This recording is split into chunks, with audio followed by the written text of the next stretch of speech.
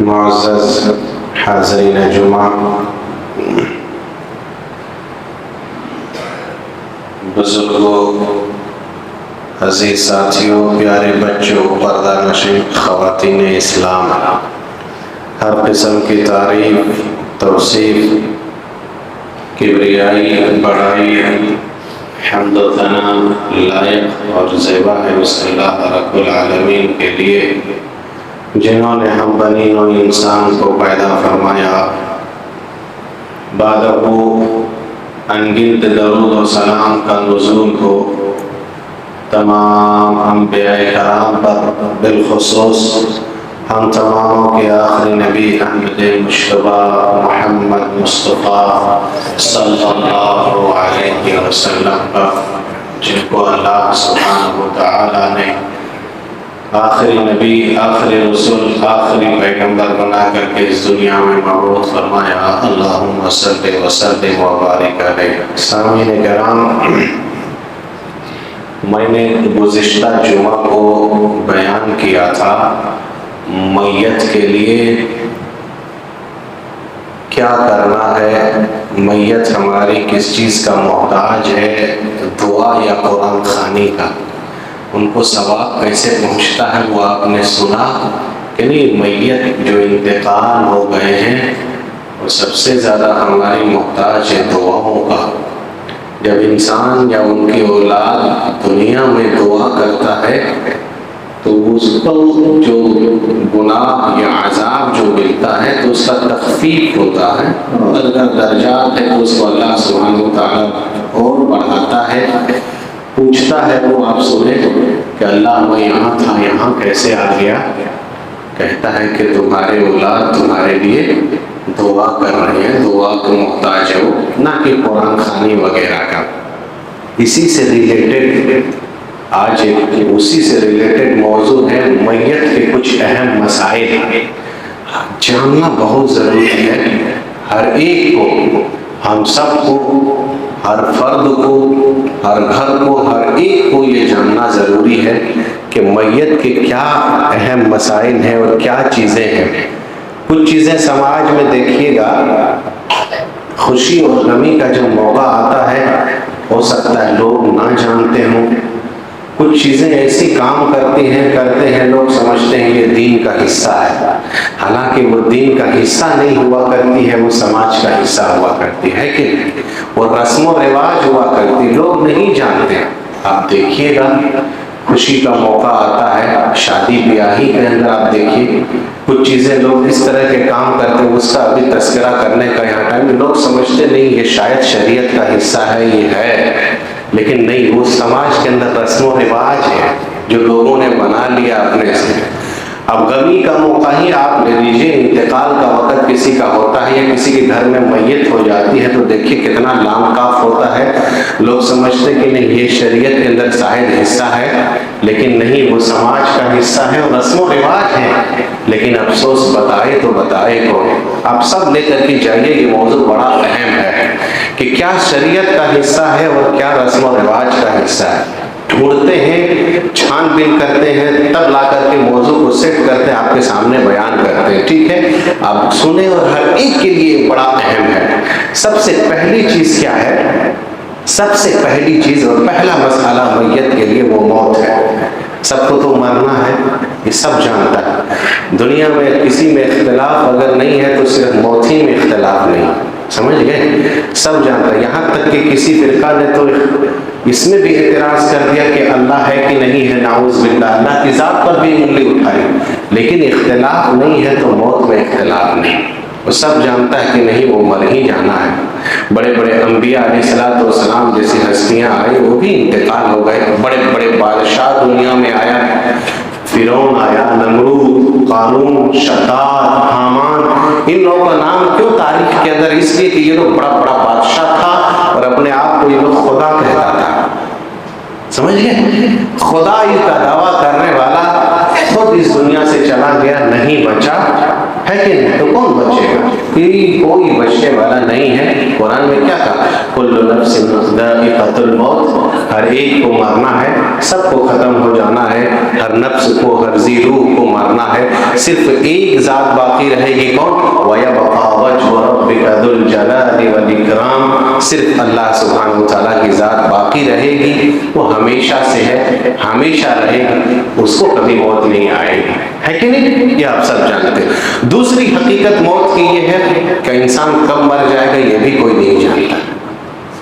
کوئی جانتا ہے؟ کوئی نہیں جانتا. خیر لمبی پلاننگ تو ہے انسانوں کا، لیکن موت کوئی نہیں جانتا کب آ جائے گا، ہے کہ نہیں؟ کوئی نہیں جانتا. اللہ سبحانہ وتعالیٰ قرآن مجید کے اندر کیا کہتا ہے؟ وَمَا تَدْرِي نَفْسٌ بِأَيِّ أَرْضٍ تَمُوتُ. 5 چیزوں کا علم اللہ کے علاوہ کسی کے پاس نہیں ہے. کوئی نہیں جانتا، کوئی نہیں بتا پائے کہ 5 چیزوں کا جو علم ہے، اللہ کو تو سب علم ہے، لیکن یہ 5 چیزوں کا علم کوئی نہیں جانتا دنیا کے اندر سوائے اللہ سبحانہ وتعالیٰ کے. ان میں سے ایک یہ ہے وَمَا تَدْرِي نَفْسٌ بِأَيِّ أَرْضٍ تَمُوتُ. آدمی مرے گا کہاں؟ کوئی جانتا ہے؟ کوئی نہیں جانتا کہ کب کس کی کہاں پر موت آ جائے. ٹھیک ہے، تو ایک یہ چیز ہے، کسی کا انکار نہیں ہے، سب کو دنیا چھوڑ کر کے جانا ہے. کوئی ہے ایسا یہاں کہہ دے ہاتھ اٹھا کر کے کہ مولوی صاحب میں نہیں مروں گا؟ ہے کوئی نہیں ہے نا. اس لیے کیا کہا؟ موت کو ہمیشہ قریب جان، کثرت سے موت کو یاد کرو، توشہ اختیار کرو، عمل صالح کرتے رہو، تیار رہو ہمیشہ کہ کب ہمارا بلاوا آ جائے ہم نہیں جانتے. اب کوئی واقعہ بتاتے ہیں کہ واقعہ صحیح ہے لیکن لگتا بڑا عجیب ہے. کہتے ہیں کہ یہ اس طرح ہوا ہے. حضرت موسیٰ علیہ السلام کے پاس موت کا فرشتہ آیا تھا، بس ان کو خبر کرنے کے لیے کہ چل تیرا وقت قریب آ گیا آپ کا. سنیں کہ تھوڑا سا واقعہ عجیب ہے لیکن صحیح حدیث ہے، صحیح مسلم کی روایت ہے. آیا تھا انسانی شکل میں، حضرت موسیٰ نے یوں اٹھا کر کے مارا تھپڑ. موت جو ملک الموت آیا تھا انسانی شکل میں، اس کا آنکھ ہی پھوڑ دیا. دیکھیں آپ کو بھی عجیب لگے گا لیکن یہ واقعہ صحیح ہے. آنکھ ہی پھوڑ دیا. کہا تم مجھے روح نکالنے آیا ہے، جان لینے کے لیے آیا ہے. گئے جو روح نکالنے کے لیے آئے تھے، اللہ کس کے پاس بھیج دیا آپ نے؟ جو مرنا نہیں چاہتا ہے، مار کر کے آنکھ پھوڑ دیا میرا. اللہ نے کہا آنکھ دینا نہ دینا تو یہ میرا کام ہے، لیکن جاؤ اس کو کہہ دو. اور کیا کہہ دو؟ باہر نکلے. آیا وہ حضرت موسیٰ علیہ السلام کہا پھر آ گیا تو چاند نکالنے روح لینے کے لیے. کہا اس بار سنیے کیا ہے. اب باہر نکلیے. کہا کیا مطلب باہر نکلنے کا؟ کہا اگر کوئی بچڑا یا گائے اگر کہیں پر ہے تو اس پہ اپنا ہاتھ ماریے، اور ہاتھ مار کر کے جتنا بال لیجئے اس کا، جتنا رواں جتنا بال اس کا آئے، ہر بال کے بدلے میں آپ کو اور ایک زندگی اور 1 سال ملے گا، جتنا بھی آئے. اس کے بعد کیا ہوگا؟ کہا اس کے بعد میں ہی آؤں گا آپ کا روح نکالنے کا. سمجھ گئے؟ مرنا ہے، کوئی نہیں بچے. تو دیکھیے موت کا فرشتہ کب آ جائے کوئی نہیں جانتا. مرنا ہے، آخر سب چلے گئے. ایک چیز یہ ہے، اس سے کسی کا انکار نہیں. دوسری چیز یہ ہے کہ موت کی کبھی تمنا نہیں کرنا چاہیے انسان. یہ سب لے کے جائیے، آپ سب فریش کر لیجیے اپنے دماغ اور ذہن کو. موت کی تمنا انسان دیکھیں تھوڑا سا گھبرا جاتا ہے یا تھوڑا سا تنگ آ گیا زندگی میں تو کبھی کبھی بک دیتا ہے، بول دیتا ہے یار مر جاتے تو بہتر تھا، ہے کہ نہیں؟ مر جاتے تو بہتر تھا، یا اللہ موت دیتے ہم کو. کبھی کبھی مصیبت پریشانی یا ایسی بیماری لاحق ہو گئی انسان کو تو سخت پریشانی. زندگی میں تو اتار چڑھاؤ ہے، کوئی اس کا انکار نہیں، لیکن انسان کے ساتھ اگر پریشانی مصیبت اگر لاحق ہو گئی ہے تو انسان کو کبھی موت کی تمنا، موت کی آرزو، موت کی خواہش نہیں کرنی چاہیے. منع کیا ہے اللہ کے نبی صلی اللہ علیہ وسلم. چاہے جتنی بھی پریشانی آپ کے ساتھ آئے، کبھی کبھی پریشانیاں آتی ہیں، اللہ دیکھنا چاہتا ہے آپ کو، آپ صبر کر رہے کہ نہیں کوئی بات آئے گی. ٹھیک ہے، اس لیے کبھی موت کی تمنا کیوں نہیں کرنا چاہیے؟ اس لیے کہ اگر ابھی آپ کے ساتھ پریشانی ہے یا سخت بیماری میں آپ مبتلا ہیں، اگر آپ مر گئے تو کیا ہوتا ہے؟ انسان کے اعمال کا سلسلہ ہمیشہ کے لیے منقطع ہو جاتا ہے، رجسٹر بند ہو جاتا ہے. اگر آپ زندہ رہو گے تو ہو سکتا ہے اللہ سبحانہ و تعالیٰ آپ کو توبہ کی توفیق دے گا. سمجھیں کتنی بڑی بات ہے. ہو سکتا ہے آپ اس کے بعد خیر کا کام کریں گے، نیک کام کریں گے، جس سے اللہ سبحانہ و تعالیٰ کو آپ راضی کا کام کریں. اس لیے انسان کبھی نہ کہے، جتنی بھی پریشانی آپ کے ساتھ ہے، کبھی یہ نہ کہے کہ اللہ کو موت دے دے چلے جائیں گے دنیا سے ختم. میں کہا تھا مر جاؤ گے یہ حل نہیں ہے کہ انسان سمجھتا ہے کہ مر گئے چلو زندگی ختم ہو گئی. وہ زندگی ختم نہیں بلکہ ایک ہمیشگی کی زندگی کا آغاز ہوتا وہاں سے جو کبھی وہ زندگی ختم نہیں ہوتی. اللہ کے نبی صلی اللہ علیہ وسلم نے ایک دعا سکھلایا ہمیں. وہ دعا کیا سکھلائی ہے؟ کہا اگر اس طرح کا سچویشن اس طرح کے حالات آپ کے ساتھ آ گئے ہیں کہ آپ پریشان ہو گئے ہیں, آپ سمجھتے ہیں کہ نہیں کوئی چارہ میرا نہیں ہے اس کے علاوہ, تو اللہ کے نبی نے ڈائریکٹ نہیں کہا کہ آپ مجھے موت دے دیجئے بلکہ دعا کرنے کہا کیا اللہم احینی ما کانت الحیات خیرا لی وتوفنی ما کانت الوفات خیرا لی. اللہ اگر میرے لیے زندہ رہنا بہتر ہے تو تو زندہ رکھ, اور اگر موت بہتر ہے تو مجھے موت دے دے. سمجھ گئے؟ ایسے دعا کرنے کا ہے, ایسے نہیں کہ اللہ ہم کو اسے بہتر ہے کہ آپ مار دیتے موت دے دیتے مر جاتا ٹھیکتا نہیں, یہ سب کہنا منع ہے.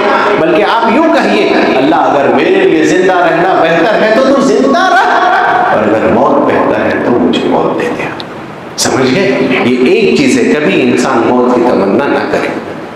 تیسری چیز, تیسرا مسئلہ, موت کے وقت دیکھیں شیطان بڑا حملہ کرتا ہے, بڑا حملہ کرتا ہے. اسی لیے ہمیشہ موت کے وقت یہ لے کر کے جائیے, فرش کیجیے, موت کے وقت انسان کیا کرے, اللہ سے حسن ظن رکھے, اچھی امید رکھے, اچھا گمان رکھے اللہ سے. کیا مطلب؟ مطلب یہ ہے کہ اللہ کے نبی صلی اللہ علیہ وسلم ایک شخص کے پاس آئے جن کا وقت قریب تھا, وہ انتقال ہونے والا تھا. کہا کیسے محسوس کر رہے ہیں؟ کہا اللہ کے نبی صلی اللہ علیہ وسلم گناہ تو بہت کیے ہیں ہے کہ نہیں, لیکن اللہ سے اچھی امید ہے, اللہ ارحم الراحمین ہے تو گناہ بہت, لیکن اللہ سے امید اچھا ہے اللہ کہ اللہ سبحانہ و تعالیٰ ضرور ہمارے گناہوں کو معاف کرے گا. کیوں؟ اللہ غفور الرحیم ہے. اللہ کے نبی صلی اللہ علیہ وسلم نے کہا کہ موت کے وقت جس انسان کے پاس یہ دو چیزیں جمع ہو جائے اللہ سبحانہ و تعالیٰ اس کے ساتھ وہی معاملہ کرتا ہے.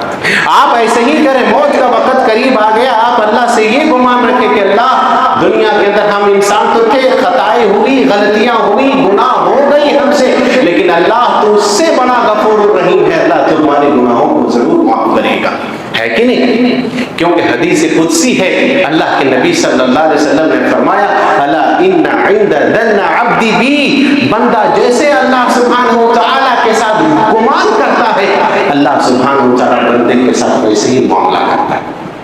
سمجھ میں آ رہی کی بات ہے؟ آپ کو اچھا گمان رکھنا اللہ سے, اچھی امید رکھنی اللہ سے, کبھی اللہ سے مایوس مت ہو, یہ یاد رکھیے, کبھی اللہ سے مایوس مت ہو. آپ کو مثال دیں, بیٹے لوگ آیا تھا, بھائی لوگ, ابا دیکھیے یوسف کو بھیڑیا کھا گئی ہے, کرتا میرے پاس ہے ابا, خون میں لت پت ہے, دیکھیے خون پھاڑ دیا ہے ابا. اب یوسف ختم ہو گیا, لیکن باپ اللہ سے امید لگایا ہے کیا, نہیں آئے گا میرا بیٹا, ہے کہ نہیں؟ کہہ رہا تھا وَلَا تَعِسُ مِن رُوحِ اللَّهِ, کہا میں مایوس نہیں ہوتا ہوں, اللہ سے امید ہے کہ میرا بیٹا یوسف آئے گا, ضرور آئے گا. ایک دن ایسا ہوا, امید پر امید لگائے ہوئے ہیں, پتہ بھی نہیں ہے کہ بھیڑیا کھا گئی سچ مچ میں زندہ ہے یا نہیں ہے, لیکن امید لگائے ہیں باپ اپنے بیٹے کا کہ میرا بیٹا ضرور آئے گا. ایک دن اللہ سبحانہ و تعالیٰ نے کیا کیا, باپ بیٹے کو ملوایا کہ نہیں ملوایا. اللہ سے ہمیشہ حسن ظن رکھے. انسان دعا کرتا ہے, کہتے میں نے بتایا تھا شاید یہ بات, مانگتا ہے, ایک دن مانگا, 2 دن مانگا, بڑی جلد باز ہے انسان, یہ یاد رکھیے آپ. انسان چاہتا ہے چٹ منگنی پٹویا, آج ہی مانگے اللہ کل ہی دے دے, لیکن یہی مانگے. اللہ کے بندو ایسا نہیں ہے, ایسا نہیں ہے. ہمارے لیے کیا صحیح ہے کیا غلط ہے ہم نہیں جانتے ہیں, یہ اللہ جانتا ہے. آپ بیٹھا کر کے جائیے اس کو, ہمارا کام ہے مانگنا, دینا نہ دینا اللہ کا کام. ہم اپنا کام کریں, وہ اپنا کام کرے گا. ہمارا کام ہے کہنا, سننا اللہ کا کام ہے. کبھی کبھی ایسا ہوتا ہے انسان بڑی جلد باز ہے. اللہ کے بندو ہم نہیں جانتے اسی مشکلات میں اللہ سبحانہ و تعالیٰ ہمارے لیے خیر رکھتا ہے. کون جانتا تھا ادھر موسیٰ علیہ السلام خود اس کے گھر میں پل رہا ہے, اور ادھر فرعون کیا کر رہا ہے, باہر بچوں کو قتل کرا رہا. خیر کیا تھا, نہیں جانتا تھا. اللہ سبحانہ و تعالیٰ کشتی توڑوا کر کے بچانا چاہتا ہے. وہ جانتے کہ نہیں, سب جانتے تھے, ارے بیچارے غریب کا تم نے کشتی توڑ دیا. ارے کشتی نہیں توڑا بلکہ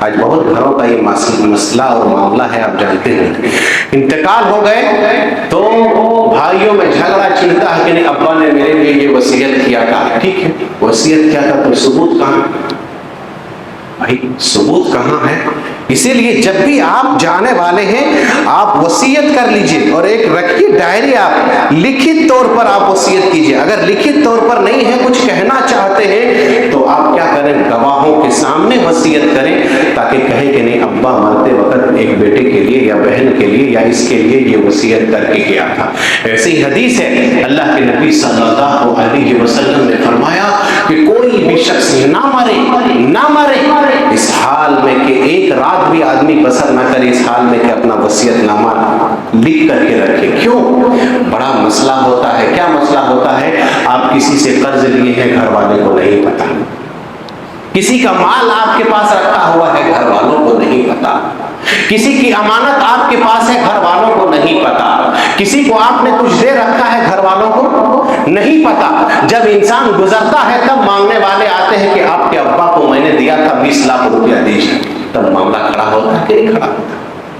اسی لیے کہا کہ ایک رات آدمی بسر نہ کرے کہ کس سے کتنا لیا ہے، کس کو کتنا دینا ہے، کون سا وصیت، کون سا زمین کس کو ہم نام کریں گے، یہ آپ لکھت طور پر آج ہی ریڈی کر لیجئے۔ اس راوی کی روایت کرنے والے حضرت عبداللہ بن عمر رضی اللہ عنہ ہیں، یہ بڑا متبع سنت ہے۔ یہ کہتے جب سے نبی صلی اللہ علیہ وسلم سے میں نے یہ حدیث سنی میں نے اپنا وصیت نامہ تحریر کر کے چھوڑ دیا۔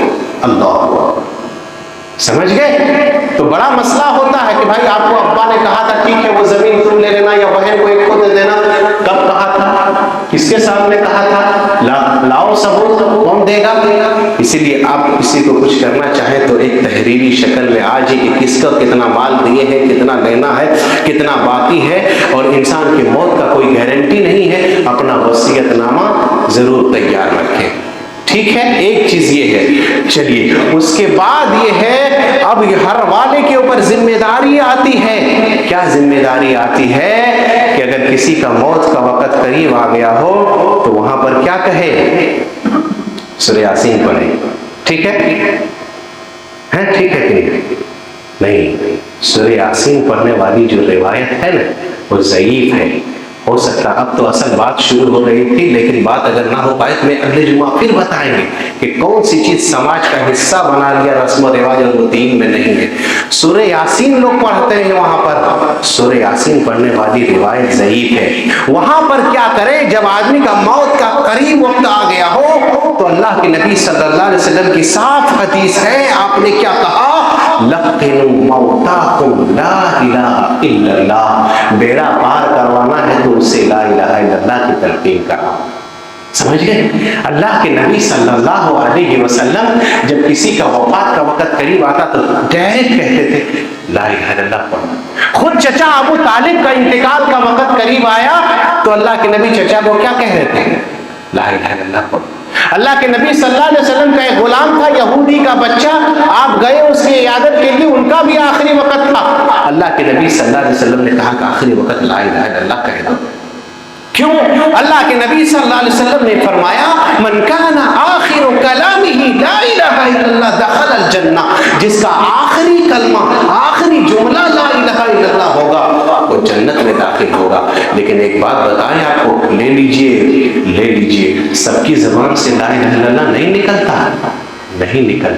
علامہ ابن قیم کی کتاب میں پڑھ رہا تھا زاد المعاد، بیچارہ سب کچھ بول رہا تھا، سب بک رہا تھا، سب بول رہا تھا، کہا کہو لا الہ الا اللہ، کہا لا استطیع، لا الہ الا اللہ کہنے کے لیے زبانیں کام نہیں کرتا۔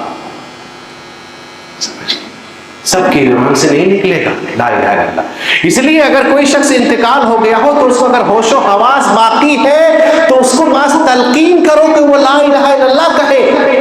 اور دوسری بات یہ ہے کہ اگر ہوش و حواس باقی نہیں ہے تو بیٹھ کر کے سورہ یاسین نہیں بلکہ سب مل کر کے کیا پڑھیں، لا الہ الا اللہ پڑھیں، تاکہ سن کر کے ہو سکتا ہے وہ جملہ کہہ دے کہ مرتبہ بھی لا الہ الا اللہ۔ اور اگر یہ بھی نہ کہیں تو اگر ہوش حواس کم ہے تو اس کو کہا جائے گا ایک بات کہو لا الہ الا اللہ، لیکن یاد رکھیے گا زیادہ فورس مت کیجیے گا ایسے حالت میں۔ کیوں؟ ابھی پتہ نہیں وہ کس سچویشن میں ہے اور انکار کر دے لا الہ الا اللہ ہی کا تو سمجھ لیکن ایسے حالت میں، اس لیے وہ حالات وہ آپ خود دیجیے گا کہ کیا حالات ہے کیا ہے. ایسے موقع پر آپ اس کو تلقین اگر کہنے والا ہے تو ٹھیک ہے کہہ دیں, اگر اس کو فورس کریں گے کہیں ایسا نہ ہو کہ وہ لا الہ الا اللہ کے بدلے کوئی اور جملہ اور انکار کر دے, اس حالت میں اس کا موت باقی جملہ نکلے. اور شیطان اس وقت بڑا حملہ کرتا ہے کہ کسی وقت طرح اس کو شرک کرا کے مرائے. سمجھ گئے؟ تو آپ کے اوپر یہ ذمہ داری ہے, وہاں کیا کریں, لا الہ الا اللہ کی تلقین کرائیں. اور جو لا الہ الا اللہ کہہ کے مرے گا اس کا ٹھکانہ اللہ کے نبی صلی اللہ علیہ وسلم نے کیا کہا, من کان آخر کلامہ لا الہ الا اللہ دخل الجنہ, وہ جنت میں داخل ہوگا. سمجھ گئے؟ یہ ایک چیز آپ یاد رکھیں, سب کے لیے یہ ضروری ہے, سب کے لیے. اس کے بعد کا مسئلہ آتا آپ کا, مان لیجیے اگر انتقال ہو گیا, انتقال ہو گیا ہو, وفات پا گیا, تو سب سے پہلا کام آپ کیا کریں جانتے ہیں؟ سب سے پہلا کام میت کے ساتھ آپ یہ کریں گے کہ اس کی آنکھ کو آپ بند کر دیں گے. جی, آنکھ کو بند کر دیجیے گا. سن لیجیے سر, کیوں آنکھ کو بند کر دیا جاتا ہے؟ اللہ اکبر, اللہ نے یہ رکھی تاثیر. وہ آنکھ, اب دیکھیے گا لیٹ ہو جاتا ہے نا تو کتنے میت کا آپ دیکھیے گا آنکھیں پھٹی کی پھٹی رہ جاتی, نہیں بند ہوتا ہے بعد میں. ایک چیز تو یہ ہے.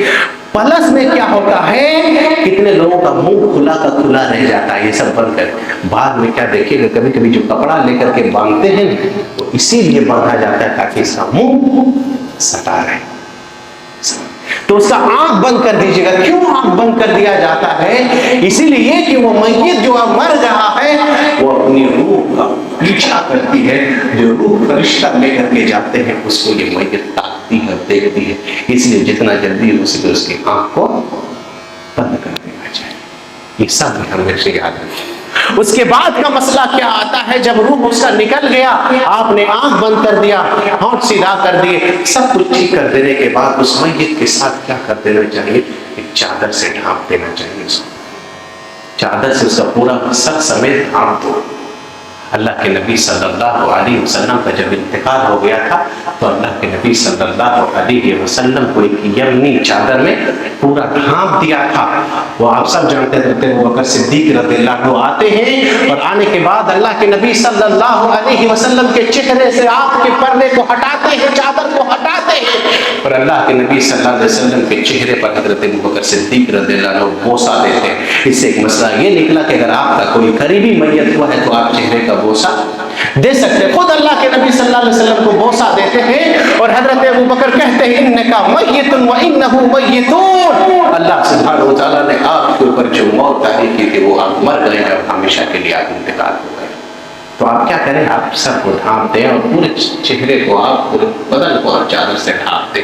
لیکن ایک کو ڈھانپنا نہیں ہے, بات ختم کرتے نہیں میں, وہ ہے حاجی صاحب جو حج کرتے ہیں اور اس درمیان اگر اس کا انتقال ہو گیا ہو تو اللہ کے نبی صلی اللہ علیہ وسلم کی حدیث ہے اس کے چہرے کو نہ ڈھانپا جائے. اس کو احرام کی حالت ہی میں کفنایا جائے لیکن اس کے چہرے کو نہ ڈھانپو. کیوں نہ ڈھانپو؟ اس لیے اگر کفن دفن بھی کرے گا تو اس کے چہرے کو نہیں ڈھانپنا ہے.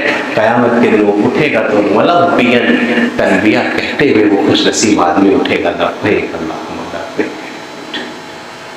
سمجھ گئے بات؟ یہ ہو گئی یہاں تک. اس کے بعد اور کبھی جنازہ اٹھاؤ گے کیسے, وہاں کیا کرنا ہے, کیا پڑھنا. وقت ہو گیا, ہم انشاءاللہ اس کا تذکرہ کریں گے. یہ بہت ضروری تھا.